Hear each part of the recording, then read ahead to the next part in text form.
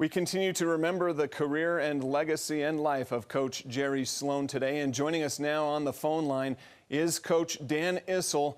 Coach Issel, thanks for taking the time to join us and talk a little bit about Coach Sloan and his legacy.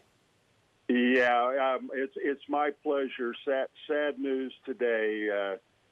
Jerry had a large influence on the NBA and even my life, and sorry to hear that he passed. What are some of the things that instantly kind of stand out in your memory of Jerry Sloan, both as a player and a coach, on a day like today? What are some of those first thoughts that come to your mind? You know, I'm old enough to remember when Jerry played for the Bulls. I grew up right outside of Chicago, and I always admired Jerry by the way he was able to get every ounce out of the ability he had. Very hard-nosed is the phrase that comes to mind, but very physical player, very great work ethic, and of course he wouldn't back down from anybody. He was about as tough as they come. How would you say that style of play helped him as an NBA head coach, and did it kind of mirror the way he played as well? Well, I think so.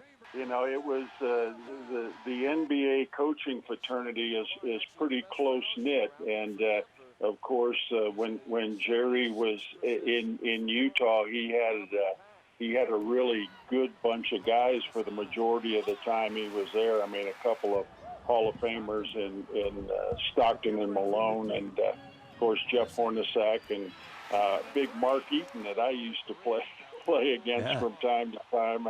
And he had a lot of talent, but yeah, he had the same persona as a coach that he did as a player. I mean, he stood up for his players. He didn't let anybody take advantage of him, and of course, because of the talent he had and because of his work ethic, he was just as successful as a coach as he was a player. And during your coaching tenure, obviously you had some great matchups with him in the regular season and the postseason. I think one that stands out here in Utah a lot is that '94 series between the Nuggets and the Jazz. And Coach, what stands out to you about maybe that series that you remember best? Yeah, of course, we didn't have that much success against that team.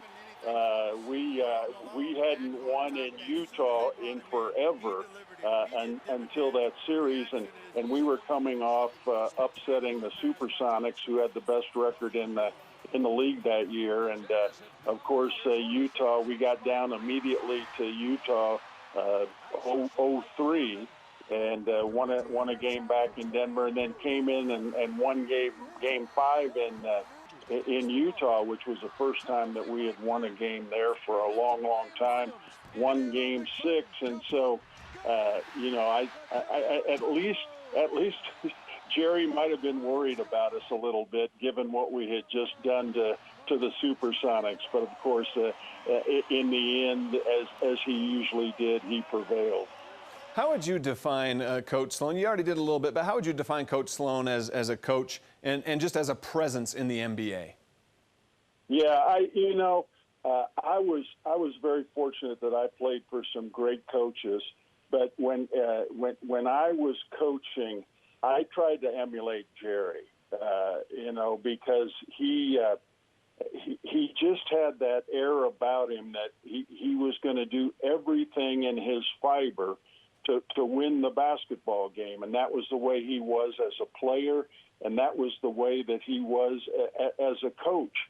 And, I'm sure there was a lighter side to Jerry, but I never saw it during the games. I mean, he was always 100% focused on the task at hand, and he did. Because of that, he was very, very successful. What would you say Coach Sloan's biggest contribution to the game is, maybe the legacy that will last through all time as a memory of Coach Sloan? I think his longevity. I mean, you will. I believe he coached in Utah for 22, 23 years, and you will never see. You'll never see an NBA coach be in one place that long. I mean, the fans loved him, the players loved him, and just very successful in the fact he was able to build and be as responsible as anybody for the success of professional basketball in Salt Lake City for as long as he was. Awesome. Coach Issel, we really appreciate you taking some time out of your day to join us to remember the life and legacy of Coach Jerry Sloan. Thanks a lot. Thank you.